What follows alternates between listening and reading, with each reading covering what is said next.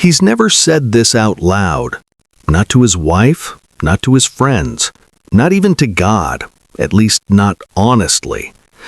But there were Sundays when he sat in the same church he once pastored and felt like a guest who had stayed too long. Same building, same hymns, same people. But something had shifted, and he didn't know where he fit anymore. People used to look to him because that was his role. Then one day, it wasn't. He retired quietly. No conflict, no scandal. The church called a young pastor. Faithful, energetic, thoughtful, a good man, and the people followed him, just as they should have. Jim spent 32 years at that pulpit. Now he sits in the pews, and he's trying to figure out what he's supposed to do with that.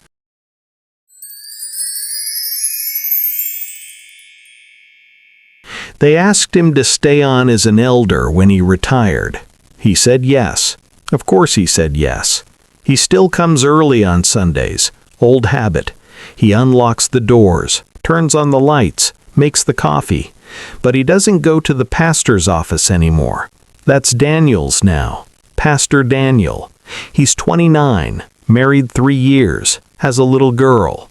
He's good, really good. People lean forward when he talks. Jim remembers when they used to do that for him. After service, people gather around Daniel. They ask him questions. They want prayer. Jim doesn't blame them. That is how it works. But he would be lying if he said it didn't hurt. He tells himself all the right things. This is how it's supposed to be. Make room for the next generation. Your season has passed. All of it is true, and none of it answers the quiet question that follows him home. Who is he now? Jim doesn't resent Daniel. Daniel didn't take anything from him. Jim gave it to him. The church needed someone younger, someone with fresh vision, and the people followed him, just as they should have. Daniel is kind to him, always respectful. He asks Jim's opinion during elder meetings, and Jim can tell he genuinely wants to hear it. Last month, Daniel launched a new outreach program. It's good. At the elder meeting, everyone was excited, making plans, volunteering. Jim sat there and realized he didn't understand half the technology Daniel's using, so he just nodded, and he went home and stared at the wall for an hour. His wife asked if he was okay. He said he was tired. He still prays. He thanks God. He asks for protection for the church. He prays for the young pastor. But he didn't tell God the truth. The truth is, he feels useless. He has given his best years to ministry, his energy, his voice, his identity. He married people. He buried people. He knew every person in that church by name. And now he's the old guy who used to be the pastor. One morning, he woke up earlier than usual. The house was quiet.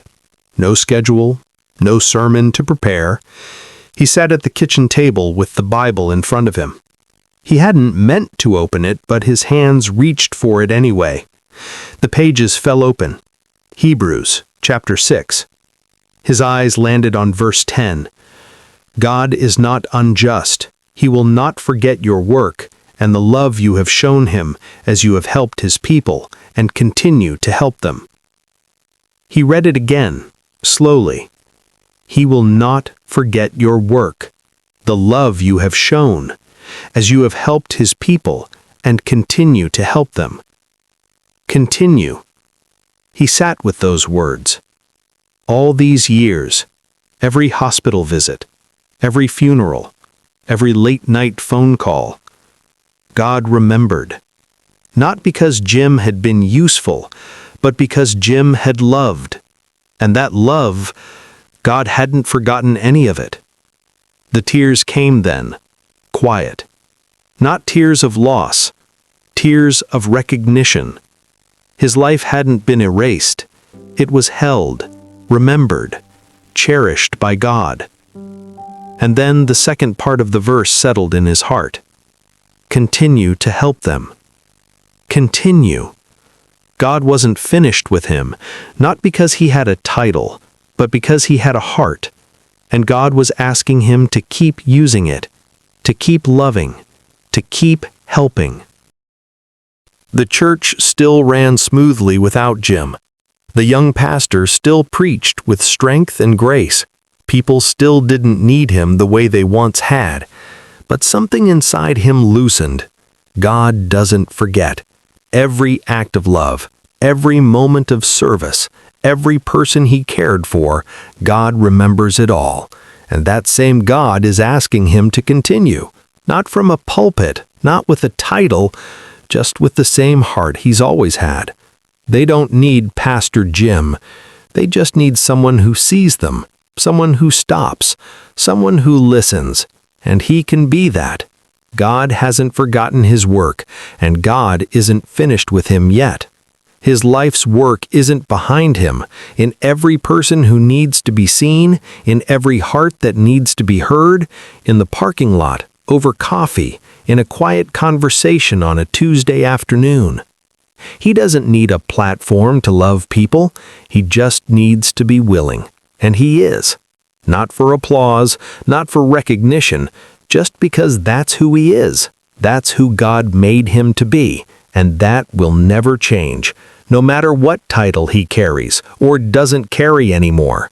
He is God's, and God's people still need him. Not his position, just his presence, just his love. And somehow, that's enough. It really is.